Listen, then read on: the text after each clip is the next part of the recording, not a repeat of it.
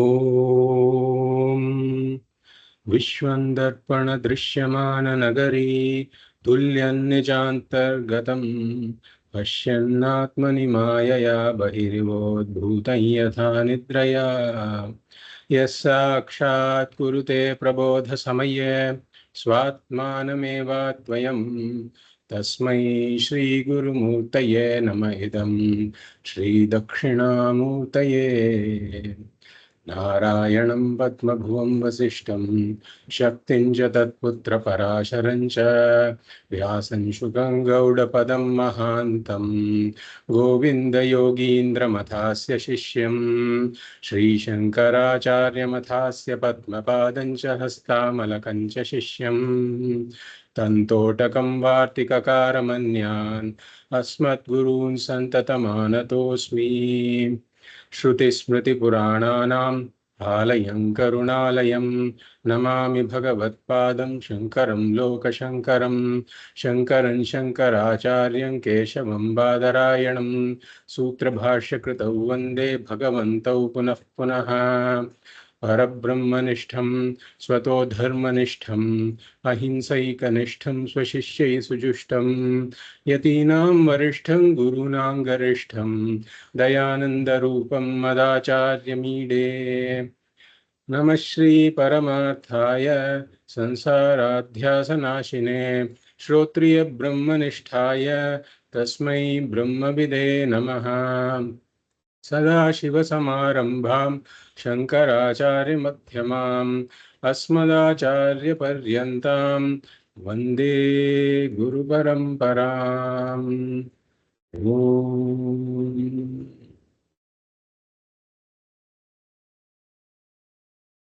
तपोभिः क्षीणपापानां शान्तानां वीतरागिणां मुमुक्षूणामपेक्ष्योऽयम् आत्मबोधो विधीयते।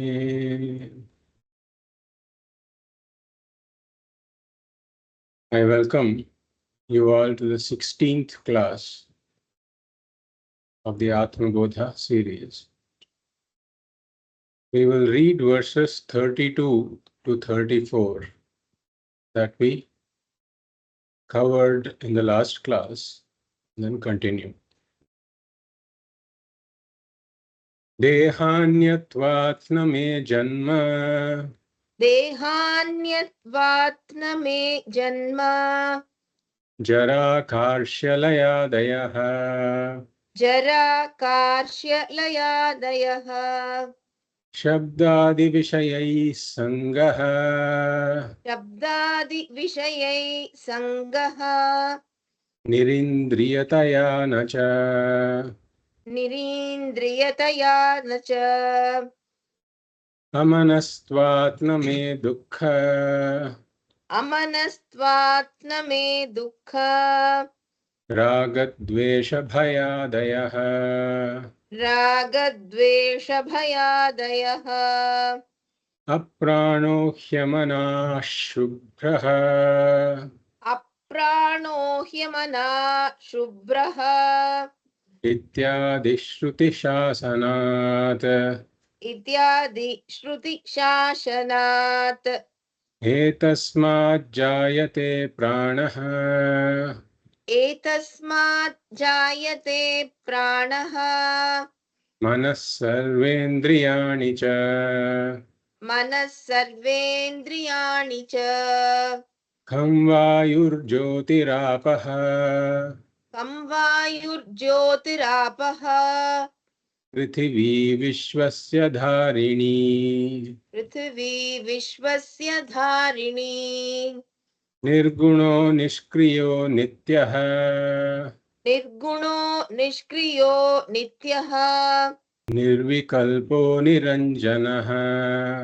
निर्विकल्पो निरञ्जनः निर्विकारो निराकारः निर्विकारो निराकारः नित्यमुक्तोऽस्मि निर्मलः नित्यमुक्तोऽस्मि निर्मलः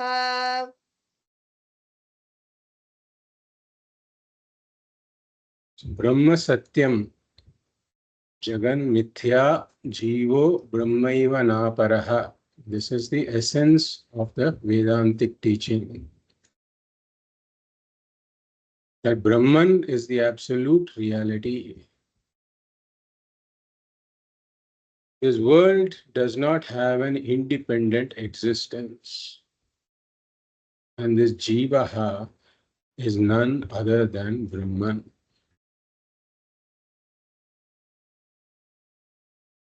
And if I receive this teaching, I should be able to say, Brahma Satyam, Jagan Mithya, Aham Brahmaiva Naparaha, that I am not different from Brahman. I am one with Brahman. This is Aham Brahmasmi. I am Brahman. I should be able to claim this. Not blindly claiming, but through understanding that I am Brahman. And how do I come to this understanding? How do I come to the knowledge that I am Brahman? We say for this the Mahavakya Vichara is required. Mahavakya talks about the identity of Jivatma and Paramatma. And when I listen to this, then that brings me to I am Brahman. I see the underlying unity of the Jiva and Ishvara. So as we saw, if we take the Vachyartha, the primary meaning of the word Jivatma, and the primary meaning of the word Paramatma, and in the primary meaning of the word Jivatma, we have the Sharira Trayam, the Sthula Sukshma Karana Sharira, and the Vyashti Chidabhasa, the reflected consciousness or the borrowed consciousness, and the original consciousness, Brahma Chaitanyam. All three are included in the meaning of the word Jiva. And in the meaning of the word Paramatma, we have the Prapanchatraya, Sthula Prapancha, Sukshma Prapancha, and Karana Prapancha. And we have the Samashti Chidabhasa, the Samashti borrowed or reflected consciousness. And we also have the original consciousness, that is Brahma Chaitanyam. So as we saw, there cannot be any identity between the primary meanings, the Vachyarthas of the two padas. Therefore, if I have to understand the identity, I have to look beyond the superficial differences and come to the essential identity, like in the statement, this Devadatta is that Devadatta. I am able to see that one person who is behind the two Devadattas. Similarly here, if I have to see the identity, I have to set aside the upadhis, nishidhya nikhilo upadhin. Set aside the upadhis, set aside the sharira trayam, with that the reflected consciousness also goes. Set aside the prapancha trayam, with that the reflected consciousness also goes. And what remains is this one original consciousness.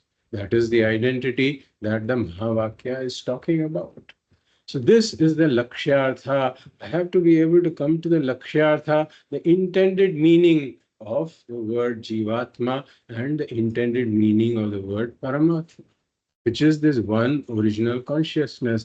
As this original consciousness, there is no distance and no difference. Both the distance and the difference are caused purely by the upadhis. So as we saw, this can raise a question as to why are we highlighting the identity, because there are differences from the perspective of four upadhis.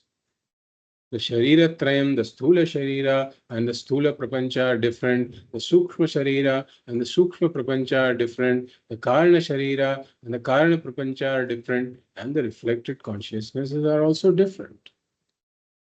So there are differences from the standpoint of four upadhis and identity only from the standpoint of one consciousness.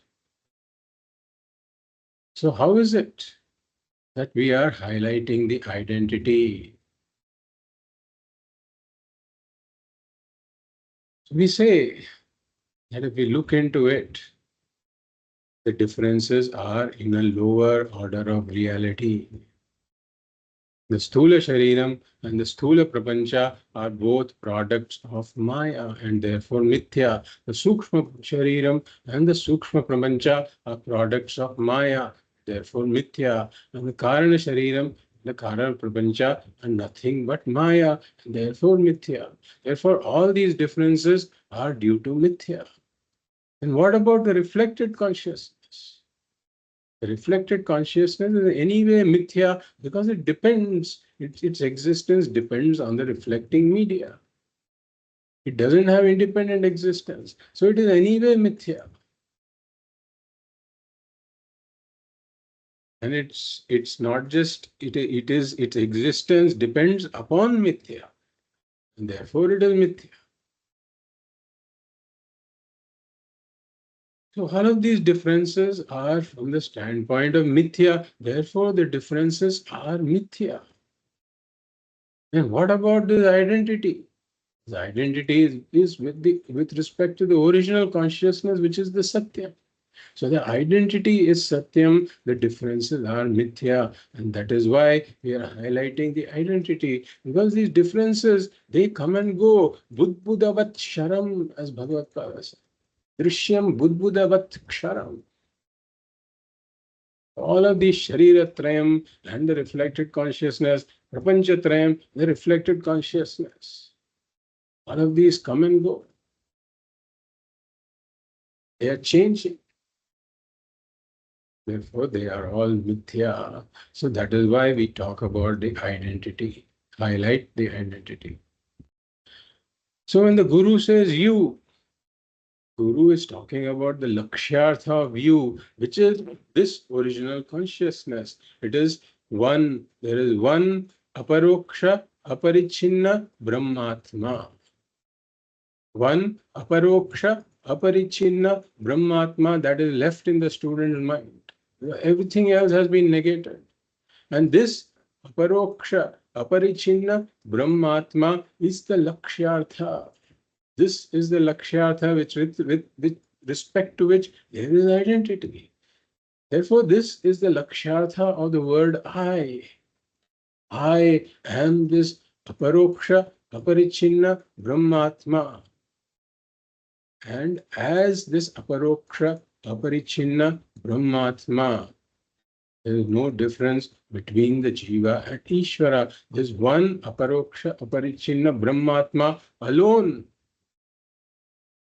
appears as both the jiva and Ishvara in two different upadhis. Like one actor in a play who's playing a double role. He appears in the role of a beggar, but he himself appears in the role of the king also.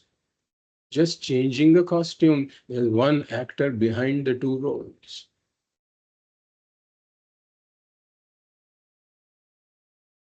So this is the Mahavakya Janya Aikya Jnanam, which comes through Mahavakya Shravanam. And this is the knowledge that liberates, because I am Satyam, I am Brahman. The Parokshatvam of Brahma has gone away. The Parokshatvam of Brahman has gone away. Why? I myself am Brahman. For me, with this Maya costume, this entire Jagat has emerged. I myself as Brahman become the Srishti, Sthiti, Laya Karanam with the costume of Maya Upadhi. And I alone enter the Sharira Trayam as this reflected consciousness. And I wear the costume of the Sharira Trayam and become the Jivatma.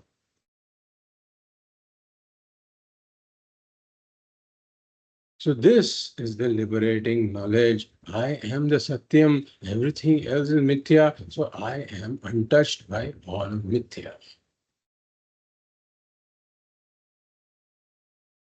Now, once one hears this, there are bound to be doubts. And that is why we say mananam is required. We compared this to a boat that is trying to cross the ocean. We need a boat that, that crosses the ocean. And if the boat has got holes, then when the boat embarks on the journey to go across the ocean, then it is lashed at by the waves. And when it is lashed at by the waves, if the boat has got these holes, then the boat will just sink. So we compare the knowledge to this boat. The knowledge has to help me cross over this ocean of samsara, in which these waves, wave-like problems, are created by the wind of prarabdha, and they will lash at this boat-like knowledge. So if the knowledge has got these holes, meaning if the knowledge has got these doubts, then the knowledge will not be able to withstand the lashing of these problems, these wave-like problems created by the winds of prarabdha. Therefore, I have to have this knowledge boat without any holes. And that means that the knowledge cannot be vague or doubtful. This has to become my conviction. It has to become my firm conviction. So for this, mananam is required. I have to systematically remove any doubts, either by repeated shravanam or through a dialogue with the guru. This has to be done. And once one has done the shravanam and mananam for a length of time, then there comes a period of time when there is the rise of doubtless knowledge, or the rise of this conviction. Like we said, this is like the darkness transitioning to dawn. It is not a sudden transition, but this happens over a period of time. The doubts gradually get removed.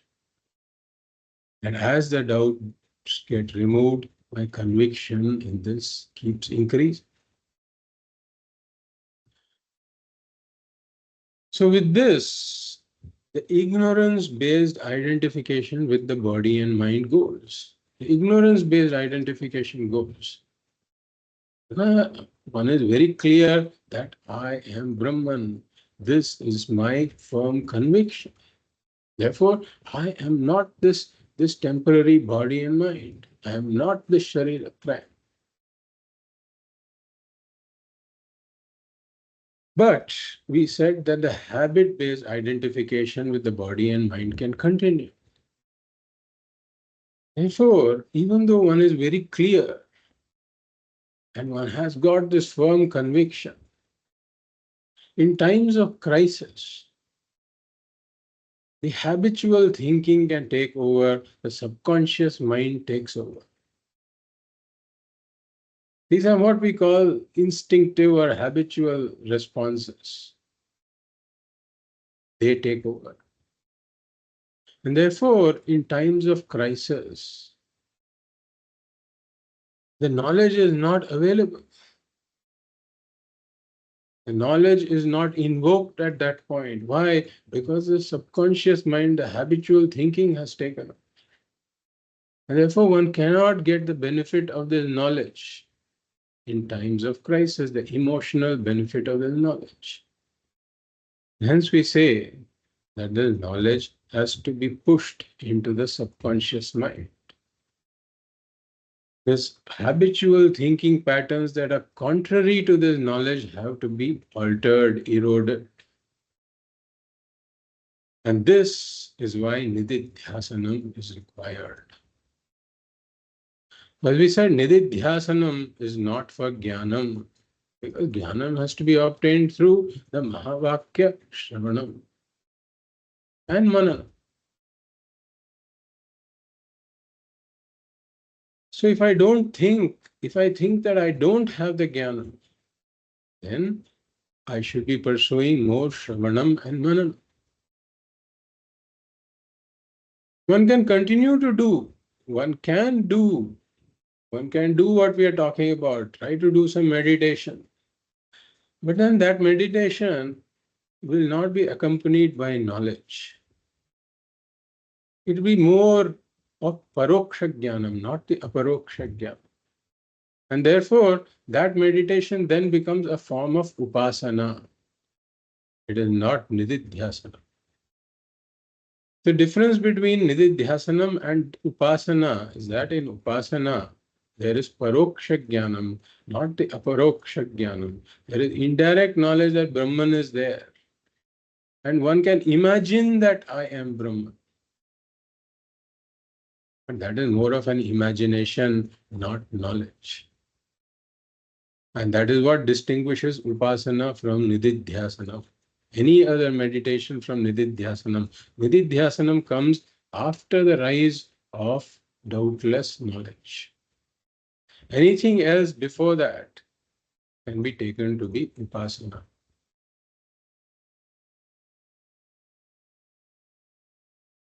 Therefore, as we said, we take up Nididhyāsanam for pushing this into the subconscious mind.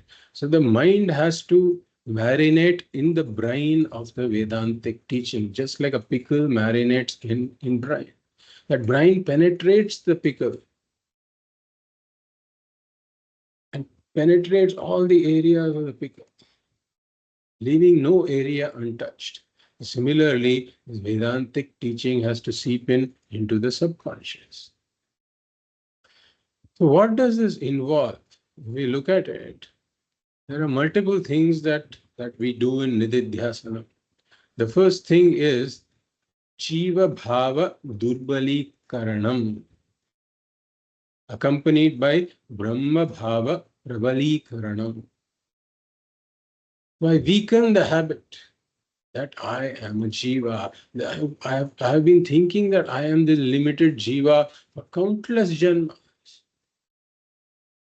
That is a deeply ingrained habit.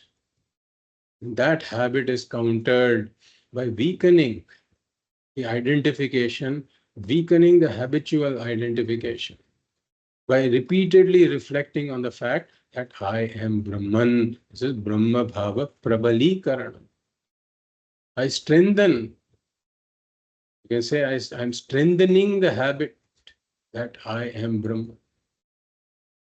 This knowledge that I am Brahman, I convert it into a kind of a habit, so that it can be available to me in the time of crisis. I respond now not using the earlier habit which has become weaker, but I respond now using the new habit which has become stronger. And then the other habit is giving the world reality. So I have to weaken this habitual idea that the world is real. And I have to bring in the new habitual thinking that the world is not real.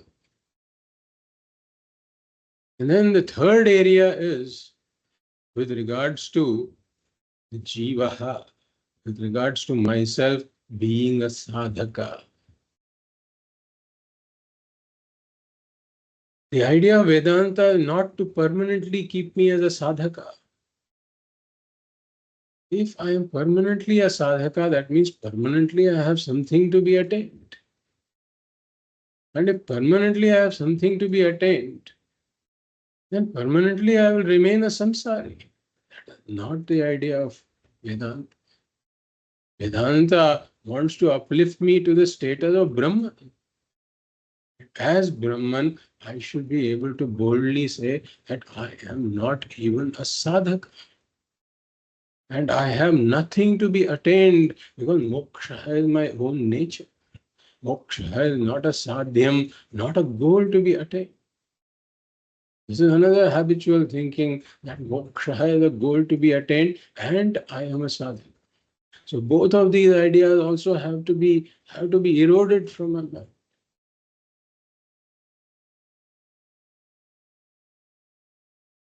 And therefore, I am really working on my mind in Nididhyāsanam. I don't have to work on the Atma. The Atma is already liberated. And I know that I am the Atma. What am I working on? I am working on the mind.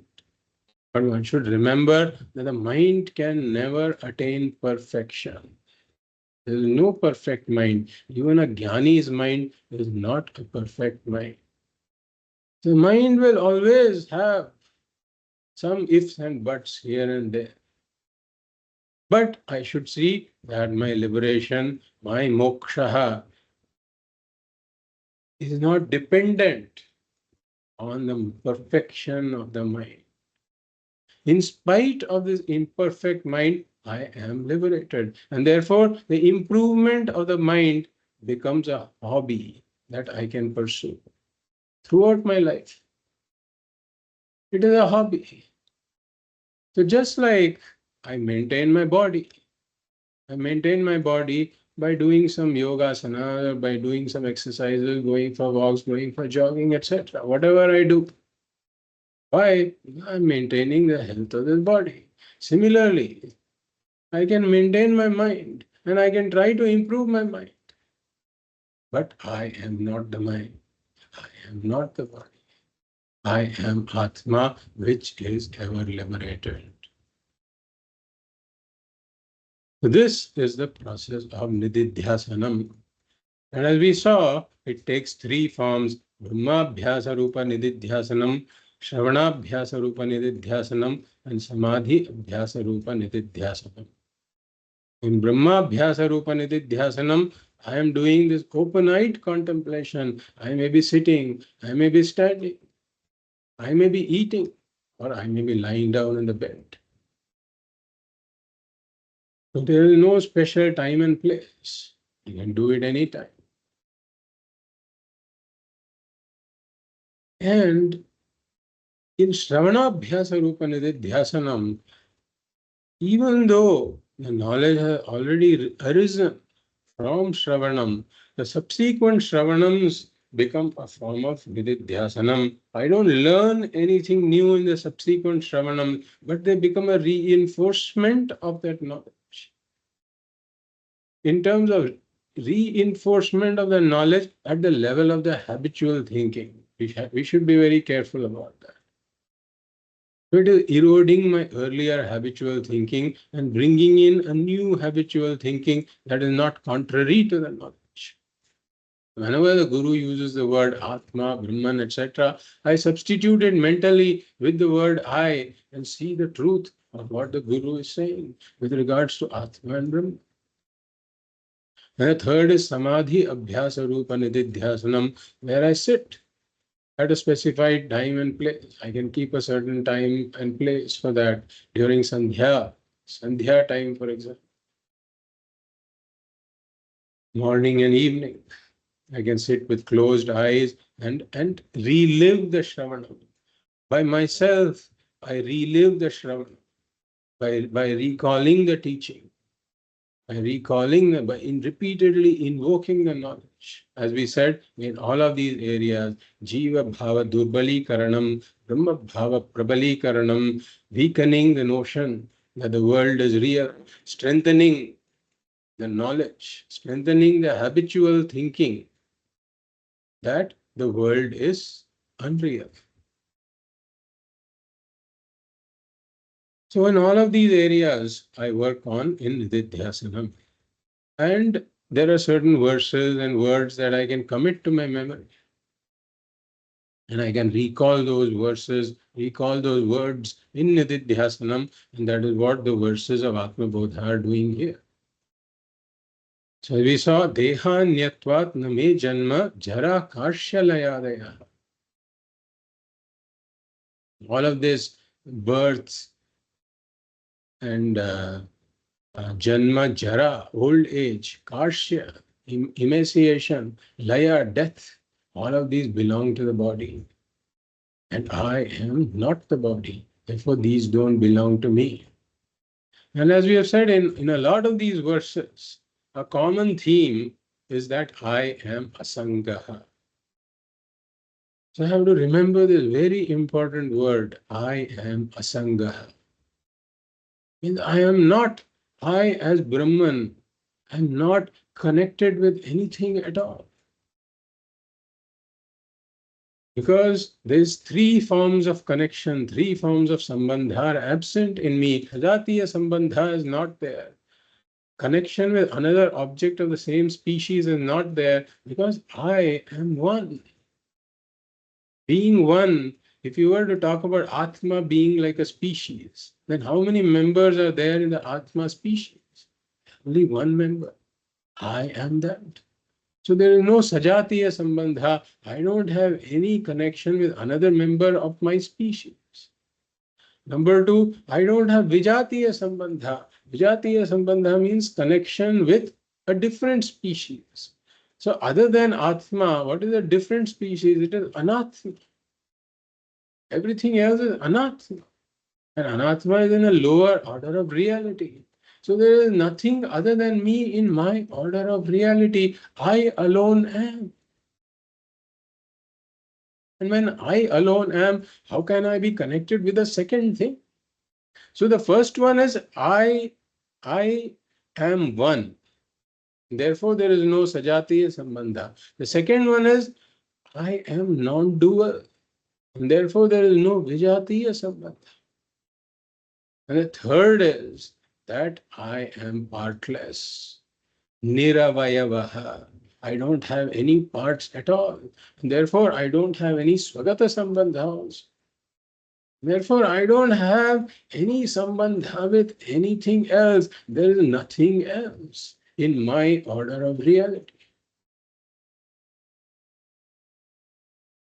Therefore, I am asangaha, meaning as this Brahmatma, I don't have any connection with this body or mind at all.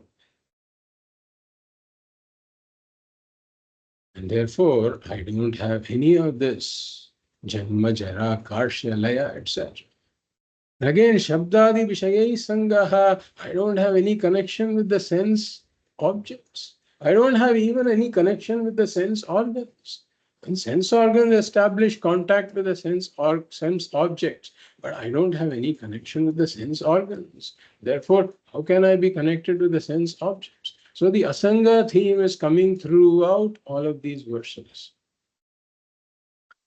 And Amanastvat. I have no connection with the mind. I don't have a mind. Therefore, all of these dukkha, raga, dvesha, bhaya, etc., all of these are the attributes of the mind. I don't have any connection with whatever goes on in my mind. And apranaha, again, no connection with the prana. I don't have any prana. Similarly, etasmat jayate pranaha. So this is, as we saw, this is taken from the Mundaka Upanishad. And here it's talking about the Srishti, that from me, all of these five subtle elements have emerged, all of these Panchabhutas have emerged, and all of this Bhautika Srishti, the Sukshma Sharira, and the Sthula Bhutas, and the Sthula Shariras, and these Lokas, all of them have emerged from me. And we saw Nirguṇa, Niṣkriya, Nitya, Nirvikāra, Niranjana, Nirvikalpa, Niranjana. Nirvikāra, Nirākāra, Nityamukta, Asmi, Nirmala. So Nirguṇa, all these attributes, they belong to something that is seen. All the attributes belong to the Drishyam. I am the Drik, therefore I am attributeless. So any attribute that I am imputing to myself, that is a superimposition. Because of the upadhi, because of mistaking the upadhi to be myself, I'm superimposing the attributes of the upadhi. I myself am nirgunaha, I am attributeless. Therefore, any attribute can be localized to some drishyam upadhi or the other. No attribute belongs to me. We had entered this verse in the last class and we will continue. We had just touched upon nirgunaha in the last class. Next word is Niṣkriya. So I Nididhyāsanam, I don't say Atma is Niṣkriya, Brahman is Niṣkriya. I say I am Niṣkriya. Meaning I don't have any motion, any activity, any action. I am actionless. So we saw another verse earlier, which is worth recalling in this context, which is verse number 19, which also talked about this Niṣkriya. Vyaprateshvindriyeshvatma Vyapari iva avivekinam drishyate abhreshu dhavatsu dhamaniva yatha shashi. So I appear to have this motion or appear to have activities. But Bhagavad gave the example that the moon appears to be moving, but really speaking, it's the clouds that are moving. When the clouds move, the moon appears to be racing in the sky. So I am making a similar mistake here. Like we take the sun, we say the sun is rising and setting. So for the one who is an aviveki, who doesn't know really what is going on, he will say the sun is moving in the sky. But he is falsely attributing the motion of the earth to the sun. A false attribution. Really speaking, the sun doesn't move. Similarly, this happened last week. I was driving, and I will not name the passenger who was sitting next to me so that I don't want to embarrass anybody. But the passenger who was sitting next to me, I was waiting at a signal, and then the passenger next to me suddenly did something like this, and I asked what happened. The passenger said that the car is moving backwards. The car is moving backwards. And I didn't understand what the passenger was talking about. So I looked at my gear and I saw that it was not in a reverse gear. And suddenly the passenger then corrected and said that, oh, actually I mistook it as a bus next to me that was moving forward. And that time I was thinking, oh, we studied this in Atma Bodha. This particular verse was coming to my mind. So this happens. This is exactly what we are doing. Transference of attributes from one thing to the other. So when I'm sitting, and since we were talking about the car, so if we are sitting and traveling in a car, we say, I am traveling. What is really traveling is the body and the mind. Body and the mind are traveling. But I say, I am traveling. Really speaking, the Atma doesn't travel at all. Why? Because it's all-pervading. So for there to be any motion, the thing has to be there in one place and not in the other place. Atma is all-pervading. There can be no motion in the Atma. So the body, mind, senses, they are the ones that do work. When I'm doing some work, I say I'm very busy, I'm working right now.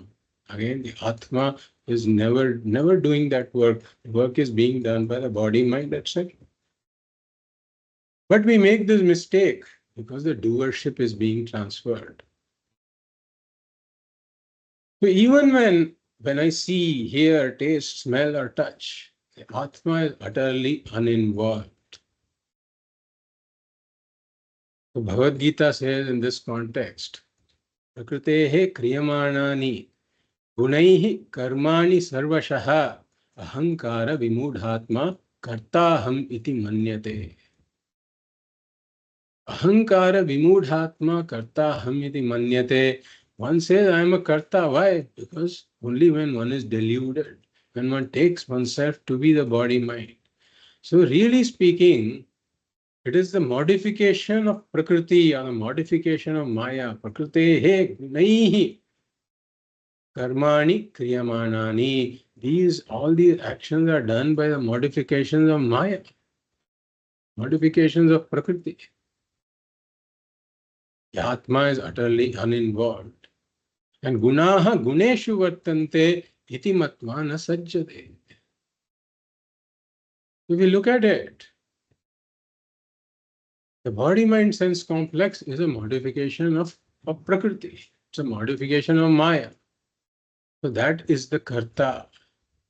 And the object being acted upon, whatever object is being acted upon, let's say I'm seeing something, I'm hearing something.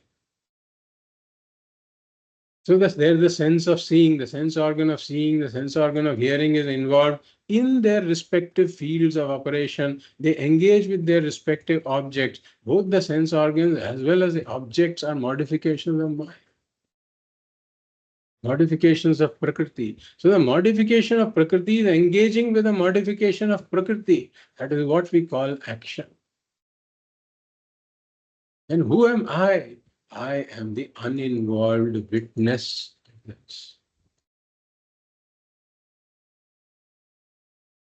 So I am akarta by nature. Niṣkriya. Then the next is Nitya. Again, I take myself to be time-bound, mortal. Why? Because there is a transfer of attributes from the upadhi. The body is time-bound and mortal. I am transferring the mortality of the body to myself. So, body is mithya namarupa. Mithya namarupa are all products of Maya. Products of Maya come and go. That is their nature. That's what Sri Krishna says in the Bhagavad Gita. Avyaktadini bhutani vyakta madhyani bharata avyakta nidhananyeva tatra ka paridevana. All of this was unmanifest in the beginning. All of this was as Maya. It existed as Maya. It was unmanifest. Avyaktadini bhutani. Vyakta madhyani bharata. Hey Bharata, hey Arjuna, they all become manifest just for a short period in the middle. Vyakta madhyani. And avyakta nidhananya. At the end also they become unmanifest. This is the nature of Prakriti. This is the nature of Maya.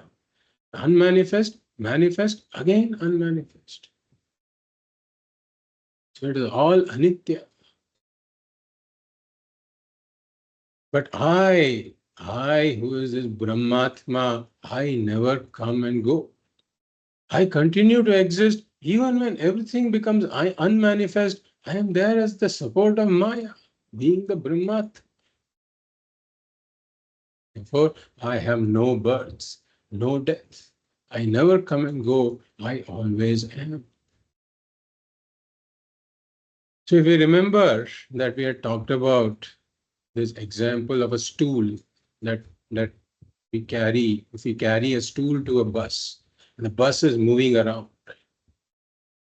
So we said that for our security, etc., we are holding on to some unstable, anitya vastu, which is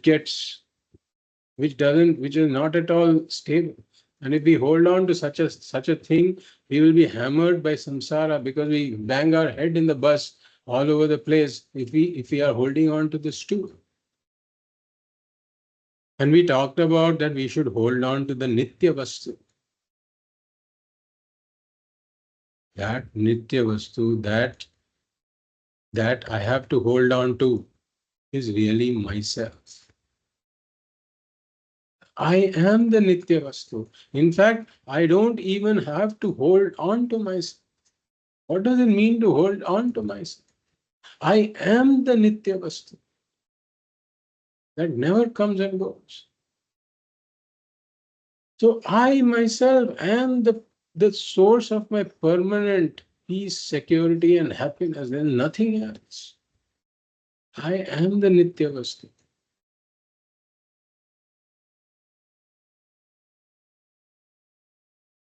So everything else is mithya, everything else is anitya. In fact, everything else depends upon me.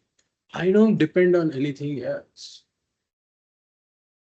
So I myself I am the source of my peace, security, and happiness. If I have to, we can say figuratively holding on to myself, means invoking the knowledge at the right time. I have to invoke the knowledge at the right time that I am the Nitya Vastu. I should not, I should be able to recall this knowledge at the right time. That can be figuratively called holding on to the Nitya Vastu. Really, I myself am Nitya. Nirguṇah, Niṣkriya, Nitya, Nirvikalpa. Vikalpa means divisions. And savikalpaha means vikalpena sahavartate. That which is there with divisions. That which has divisions.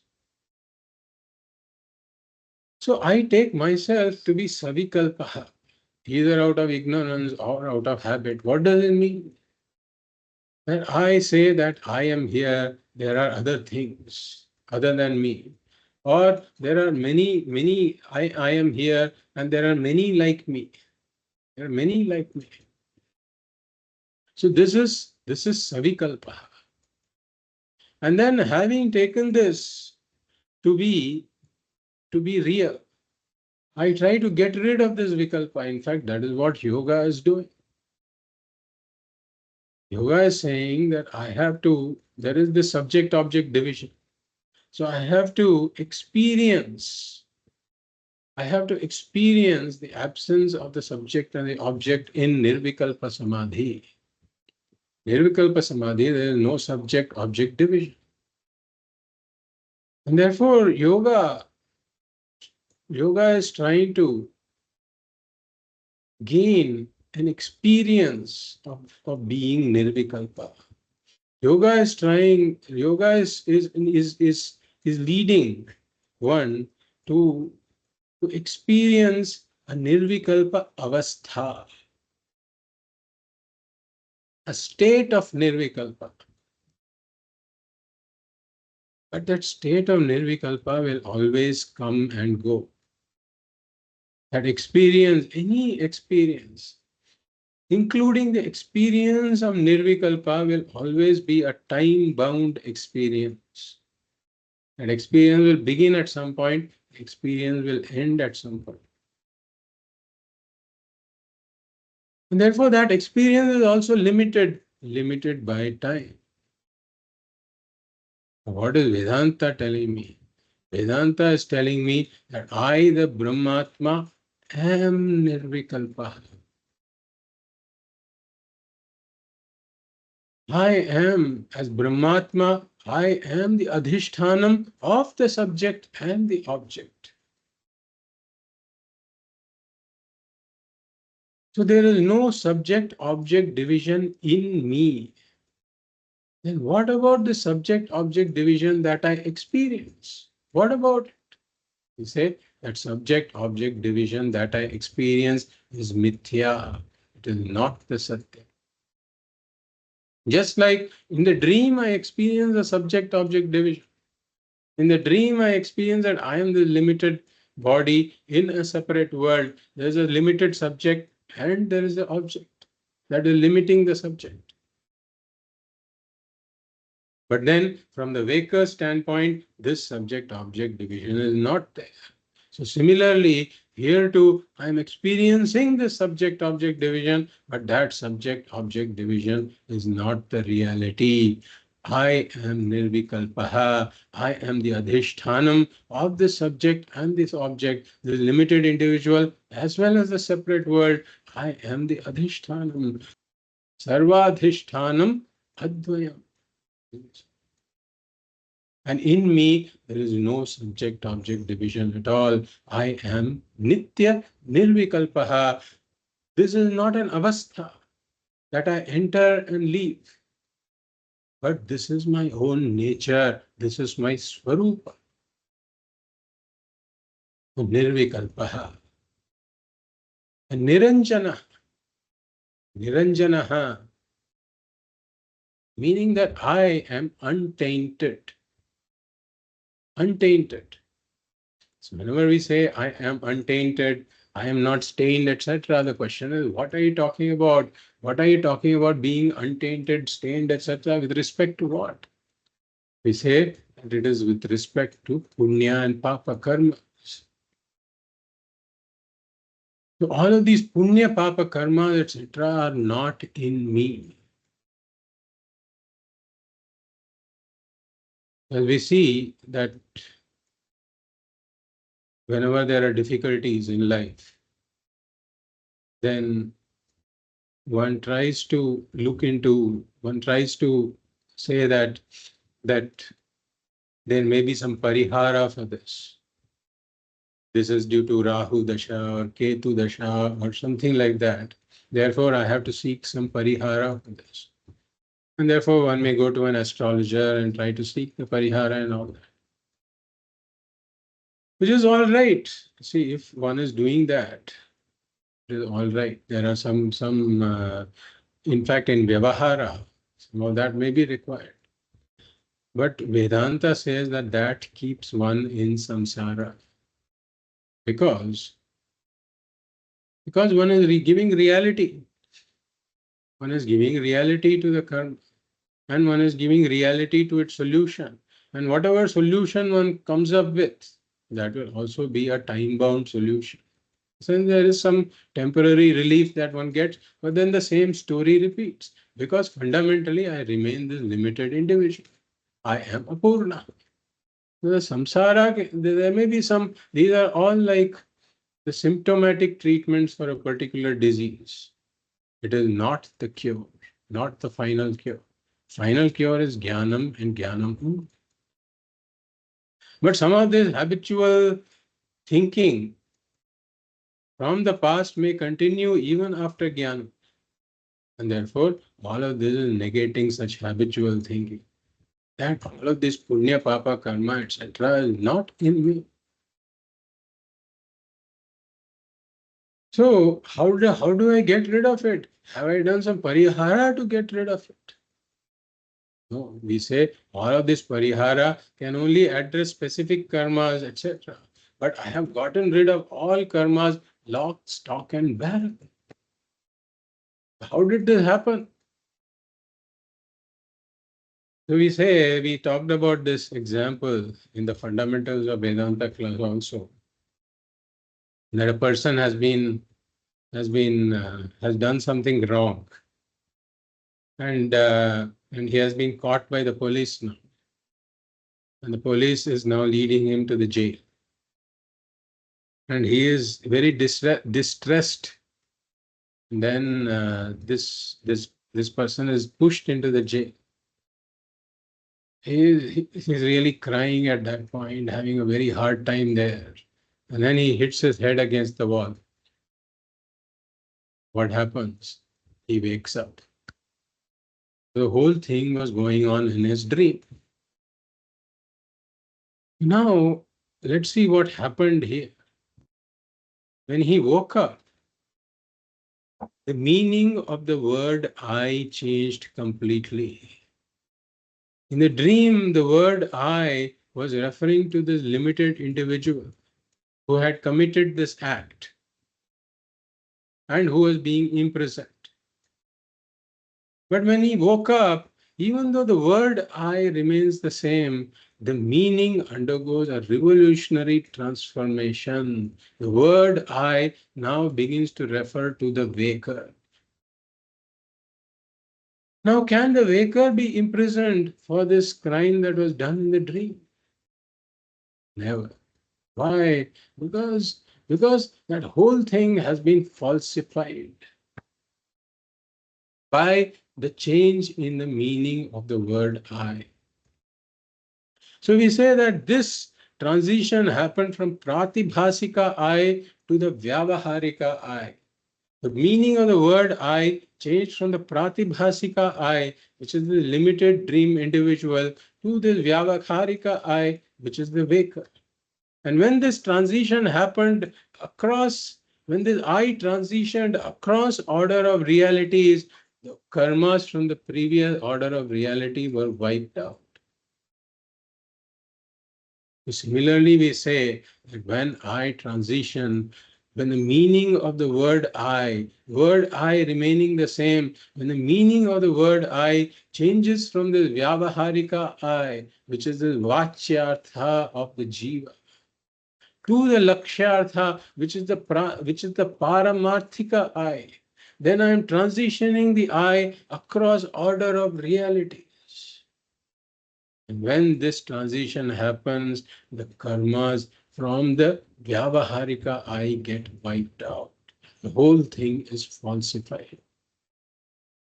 And that is why I am Niranjana. I don't have any Puṇya, Pāpa, karma. They are all unloaded, lock, stock, and barrel. As we said, Sanchita is destroyed. Sanchita is destroyed. Agami is avoided because I am not a doer at all. And prarabdha continues. And like we said, we discussed this in the fundamentals of Vedanta class, that it is good that prarabdha continues. Because that is why we are able to have jnanis who can teach. Because if prarabdha also got exhausted with jnanam, then the body of the jnani would fall with the rise of jnanam. And as we said, there are other problems with that because nobody will show up for Vedanta classes. So we should be thankful that prarabdha continues. But the prarabdha also afflicts only the body and mind. It can afflict the sharira trayam. Mithya prarabdha can only touch the mithya sharira trayam, never the satyam. Therefore, I am Niranjana. And Nirvikāra. So I take myself as going through various vikaras. I take myself to be savikara. As we said, each of these words is basically negating some habitual attribute that I bring upon myself habitually. So I take myself to be savikara, to be going through modifications. But we should remember that it is the body that is savikara. Shadvikaravat etat sthula shariram asti jayate vardhate viparinamate apakshiyate vinashyati. All of these are modifications of the body. They don't belong to me, the Atma. And similarly, the mind is also savikara. The mind goes through fluctuations in terms of sattva, rajas, tamas. The mind goes through changes. Kama, Krodha, Lobha, Moha, Mada, Matsarya, all of these changes can take place in the mind. Various vrittis take place in the mind. The mind is savikara. But I don't have any of these modifications. In Atma, no such change is possible. How are we so sure that in Atma, no such change is possible? How can we be 100% sure? Maybe there's some change taking place in Atma. Such a doubt can arise. So we say that it is impossible for the Atma to be savikaraha. Why? Because Atma is Nirguṇaha. Only something that is sagunaha can be savikaraha. Only something that has gunas can undergo changes. The changes take place in the gunas. When I have no gunas at all, when I am nirgunaha, how can there be any modification in me? And that is why we say that Brahman is the vivarta upadana karana. It is the changeless material cause. And I, as Brahman, am the vivarta upadana karanam of this entire srishti. I am the changeless material cause. Why? Because I am Nirguṇa. Just like when the snake appears in the rope doesn't undergo any change at all in the appearance of the snake. Similarly, I undergo no change at all, even though Maya and all the products of Maya are changing around me. I undergo no change at all. I am Nirvikāra. And Nirākāra. Akaraha means a form. And I attribute some form to the other. Meaning I attribute a form to myself habitually. But again, this is a transference from the upadhis. Various upadhis have got forms. The body has a certain form. I transfer the form of the body habitually to myself, saying I am Sakara. But really speaking, if I look at it, I can look at it from the two standpoints. As the upadhana karanam, as the material cause of everything, I am the content of every form. I am there behind every form. As the very sat, the existence. But I am formless.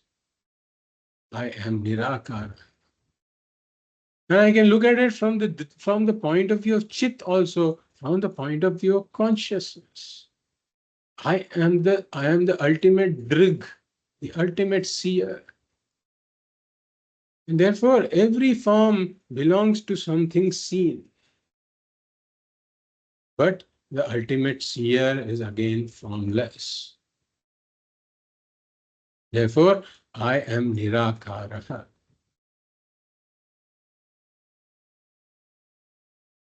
And Nirmalaha,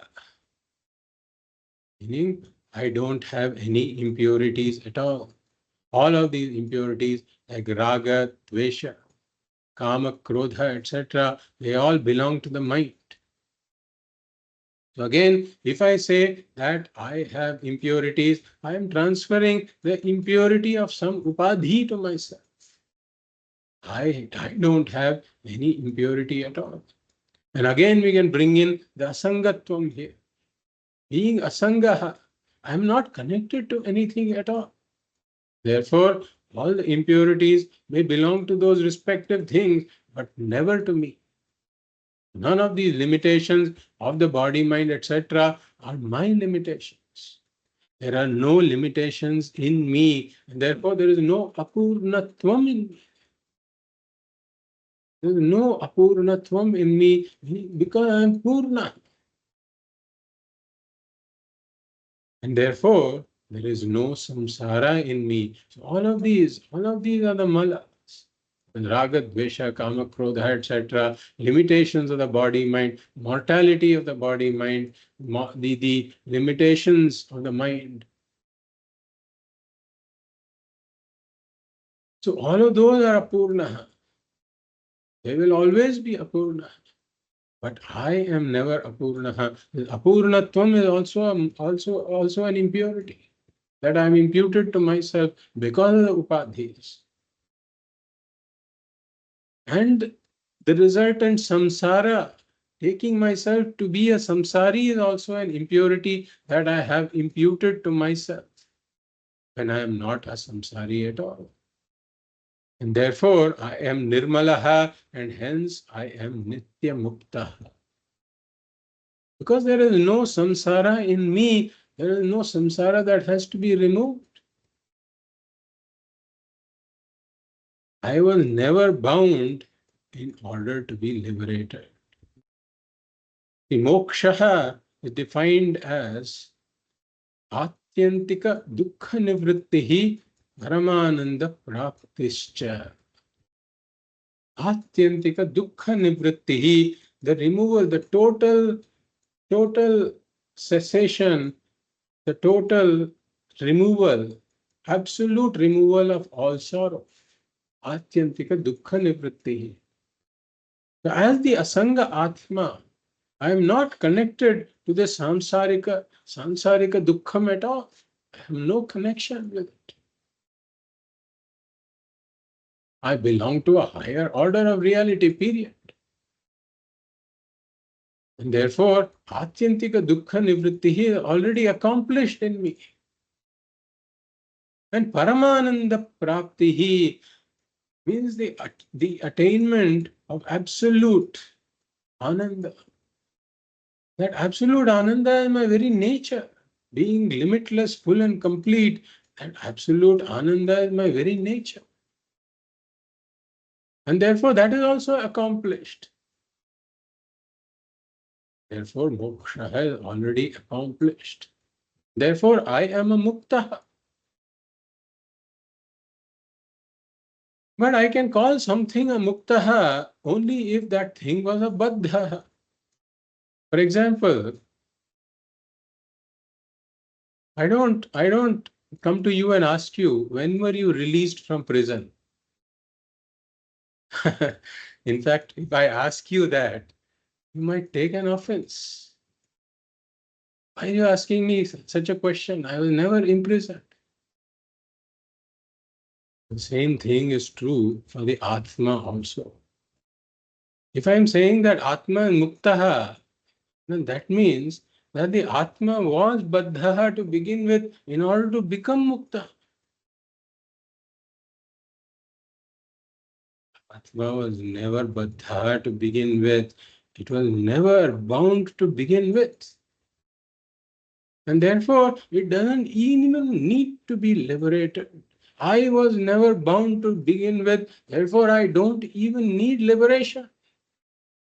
Therefore, I don't need moksha because moksha is my very nature. Hence, I say, I don't stop with saying I am muktaha. I say I am nityamuktaha, meaning that I have always been liberated.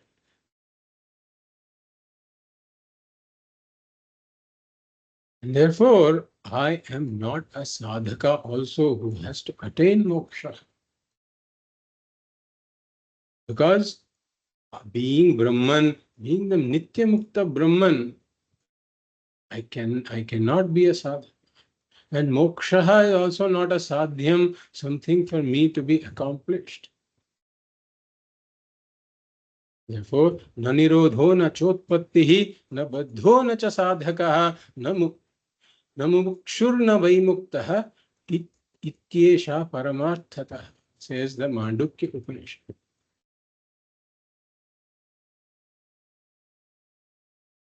Na nirodho na chotpattihi na baddho na cha sadhakaha. What is important here is na baddha na cha sadhakaha. Never bound for me to be liberated. Na mumukshuhu. So there is really no one who is bound. There is really no one who is liberated.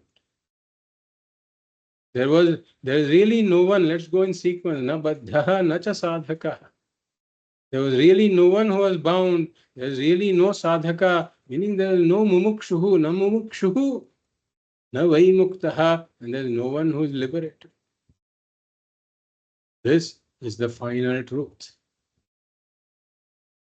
We can say that there was, as though there is a sadhaka, as though one is baddha, as though one is a sadhaka, as though one becomes a mumukshu, and as though one gets liberated. It's all as though. But really speaking, there is no one who is liberated. Why? Because the one who is really there is a Nityamukta. I am ever liberated. So we will enter the next verse also. Aham akashavat sarvam अहमाकाशवत् सर्वम् bahirantargatochyutah बहिरन्तर्गतोऽच्युतः sada sarvasamasiddhah तदा सर्वसमसिद्धः nissango nirmalochalah. निस्सङ्गो निर्मलोऽचलः. This is continuing the Nididhyāsanam. Aham akashavat. I am like space. In what way am I like space? Sarvam Bahirantargata. So Sarvam Gataha. Gataha means Vyaptaha. Sarvam Vyaptaha, meaning that I pervade everything. That is why I am compared to space. So pervade everything inside or outside. He is saying Bahir Antargataha. So being the Upadana Karanam, I pervade all the products. Just like gold pervades all the ornaments. So I call what I'm calling inside is with regards to the body. I'm saying inside. All of this, Karana Shariram, Sukshma Shariram, Sthula Shariram, all of that I pervade because they are Maya or products of Maya. And similarly, outside, what is outside the body is the Karana Prapancha, the Sukshma Prapancha, and the Sthula Prapancha. That also I pervade. Why? Because it's all Maya or products of Maya.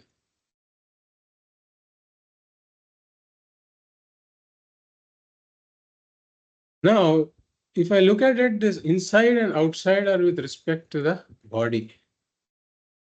So I can say that if I'm talking with regards to my body, I can say that the liver is inside my body.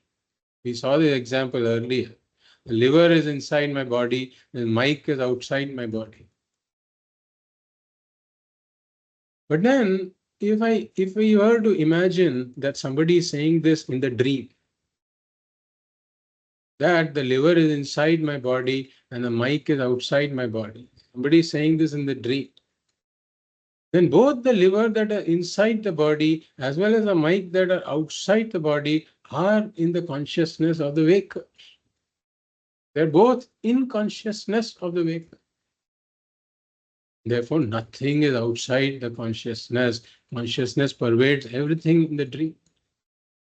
So similarly here as well, I may say that the liver is inside the body, mic is outside the body.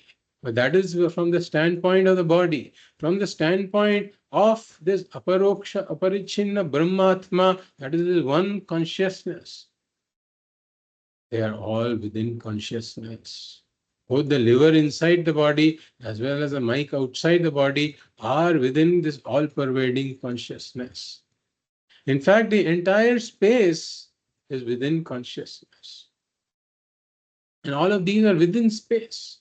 The entire space is within consciousness. Why? Because at the time of deep sleep, let's take our own deep sleep. There is no space at that point. But consciousness is there. Or during pralayam, when Brahman is there with Maya, then the space is unmanifest in Maya. But Brahman consciousness is there. And then space arises in consciousness. So space, consciousness can exist without space, but space cannot exist without consciousness. Therefore, whatever is in space is pervaded by consciousness because consciousness pervades the whole of space. Therefore, whatever is in space, whether it will be inside the body or outside the body, all of that is pervaded by consciousness. Again, in Nididhyāsanam, I say, pervaded by me. In Narayana Suktam, there is this line that says, Antar Bahishcha Tat Sarvam Vyapya Narayana Stitaha. Antar Bahishcha Tat Sarvam Vyapya Narayana Stitaha. Narayana is there pervading everything. But here we say that is true. Narayana is there pervading everything. But in Vedanta, we say the spiritual journey is incomplete if I say Narayana is all pervading and I am small pervading. If I am saying I am small pervading, Narayana is all pervading, then the journey is incomplete. I am still a samsari jiva. The Pujya Swamiji says that in that I am small pervading, I have to remove the S and M. Then what happens? Then I say I am all pervading. And this SM stands for self misconception. So if I remove the self misconception, how? By removing the self ignorance, then I also can say I am all pervading. Aham akashavat sarvam bahirantargato achyutaha.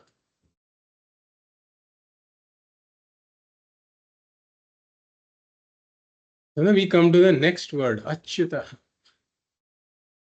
The chutihi means fall, fall or decline or disappearance or nasha.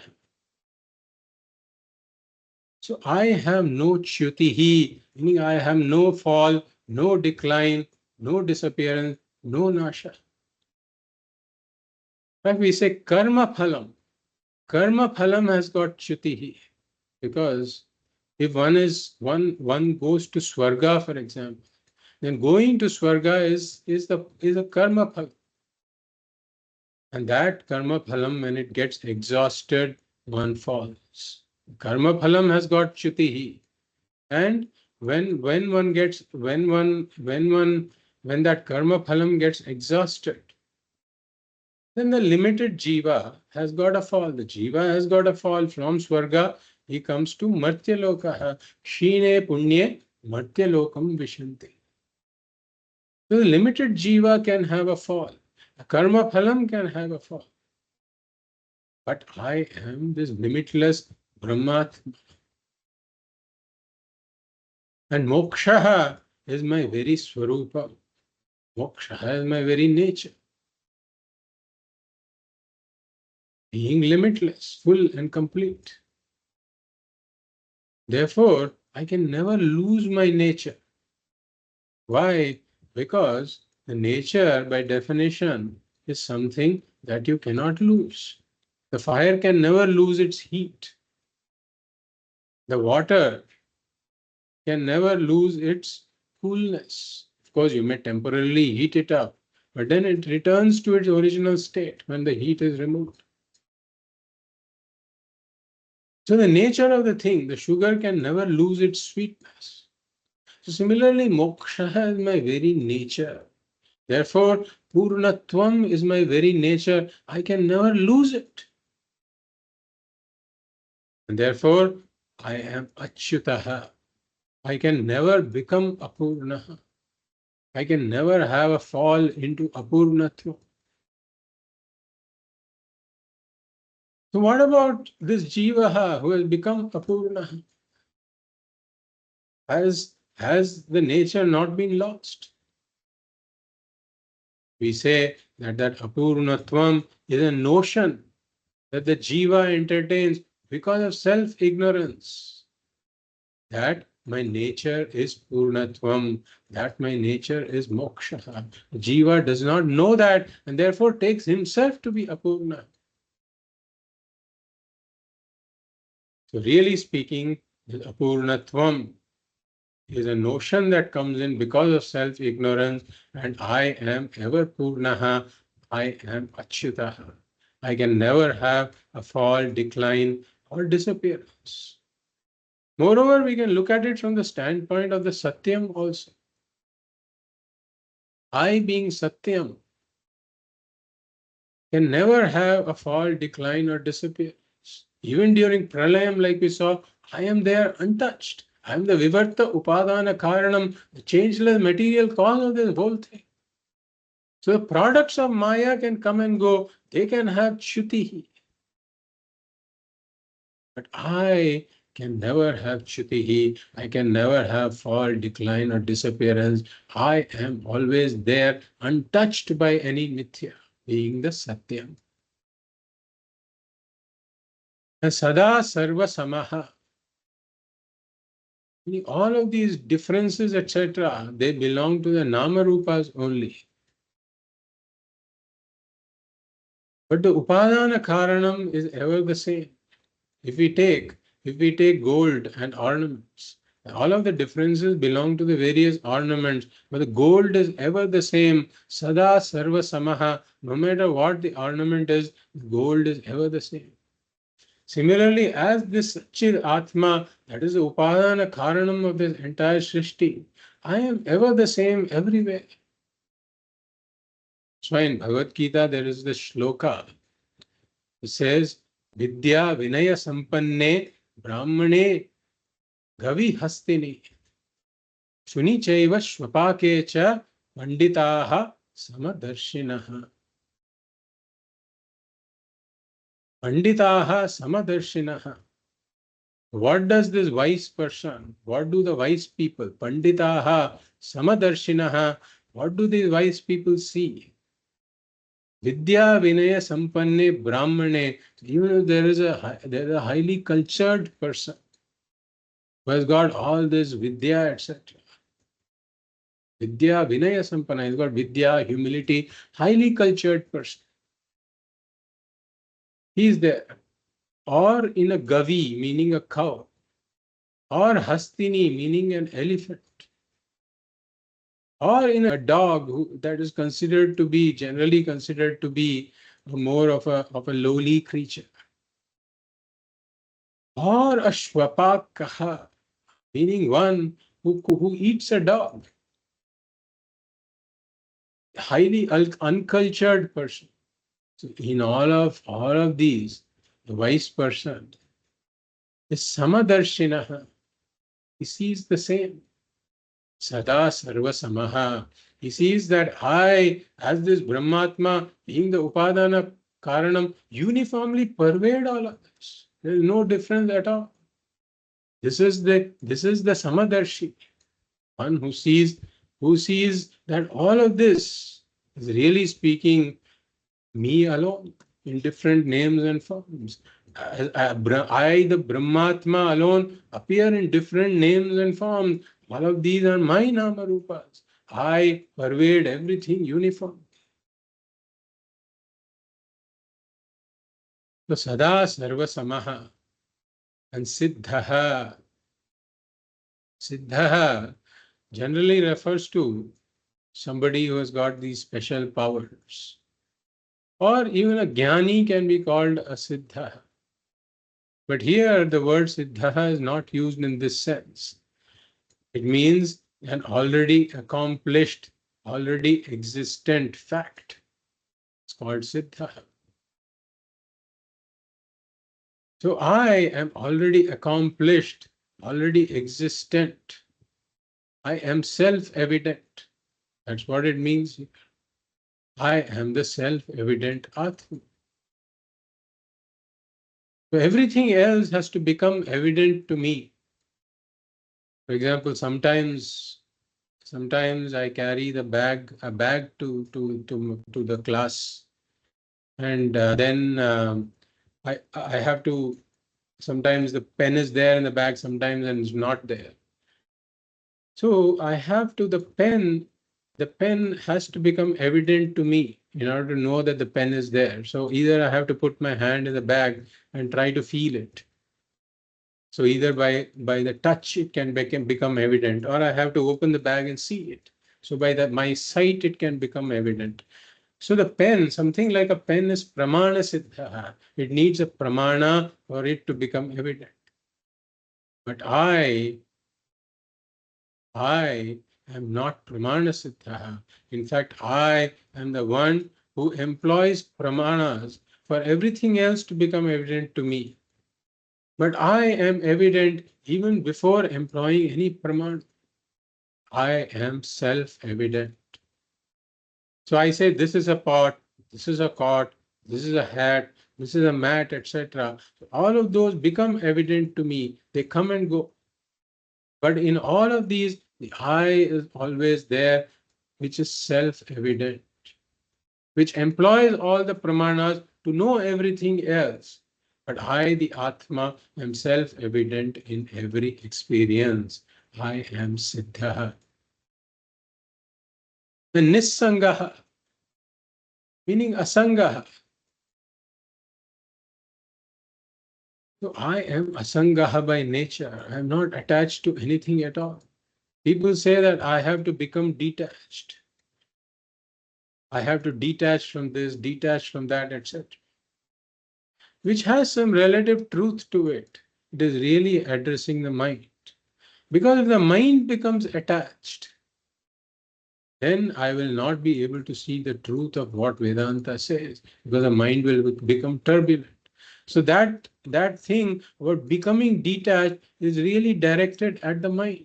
Mind has to become detached so that the mind can see that I am never attached. The mind has to become detached so that the mind can see the truth of myself, which is never attached to anything.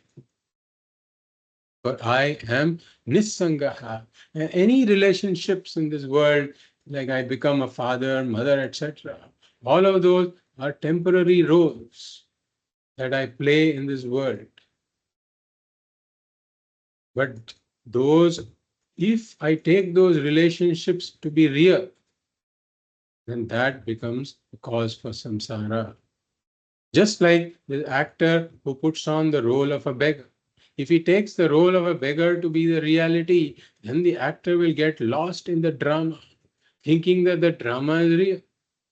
I am really Asangaha who puts on this costume of the different roles, who plays the different roles, knowing that I am none of those roles.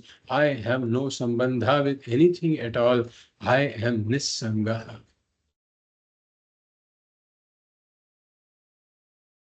So there is more Nirmalaha, Achalaha, etc. And we will continue that in the next class.